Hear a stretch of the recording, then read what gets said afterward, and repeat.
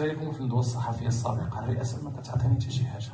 الرئاسه كتقول لي خاصك تحمي الفريق وتحمي لا بيرفورمانس اللي باغي الفريق. هنا عندنا لاعبين من مدينه مراكش، عندنا اكثر اللاعبين فهم لاعبين من البطوله الوطنيه. خصنا اولا اللاعبين ديال مدينه مراكش هما اغلب اللاعبين كما قلت لكم في اخر 15 لاعب من مراكش. يعني لو بروفيل دو لادجوان دو ايتر بيان سيبل. سي احمد القصاب، انا تعرضوا عليا دي سي في، طلبت سي احمد القصاب لانه سي احمد القصاب لونسيان كابيتان دو ليكيب دو كاسيل. سي ان بروفيل اللي هو داخل في الانتيري كوليكتيف، كيعرف شنو هو ان بروجي، كيعرف شنو هو ان اوبجيكتيف، كيعرف شنو هو ان ترافاي كوليكتيف، وكيعرف لو ستاتيو ديالو والبلاصه ديالو.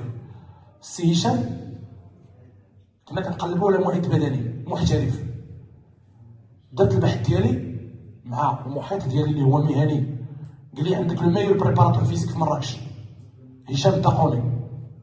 اتصلت بسي هشام، عطيت الاسم ديالو للمكتب المسير، جا اشتغل احترافيه كبيره، لا في التواصل مع اللاعبين، لا في المعلومات فيما يخص الاعداد البدني الخاص بكره القدم، لا في الاحترافيه ديالو، لا في المواكبه الذهنيه ديالو للاعبين. جبنا المعد الذهني السي الحفيظ اللي جبناه في مقابلات جديده وجبناه في مقابلات اخرى كاع، قام بالعمل ديالو. عندنا ستاف اللي هو بروفيسيونيل اللي مختاروا سولون لوبجيكتيف لو بروجي دو جو اي لو بروجي دو ماناجمنت اللي عندنا مع اللاعبين، وشنو عندنا كوم جوار وشنو عندنا كوم بروفيل دو جوار. شكون واضحين. اليوم الطاقم هو تيشتغل، الحمد لله الامور غادا في الاتجاه الصحيح. كمل الطاقم اللي كاين، لا هي الخليه الطبيه ولا هو المكلف بالاناليز دو بيرفورمانس سي حمزه اللي كيقوم بعمل كبير، ولا سي صلاح اللي دير لاناليز دو بيرفورمانس او نيفو داتا ولي زاناليز انديفيديوال دونترينمون وديال لي ماتش.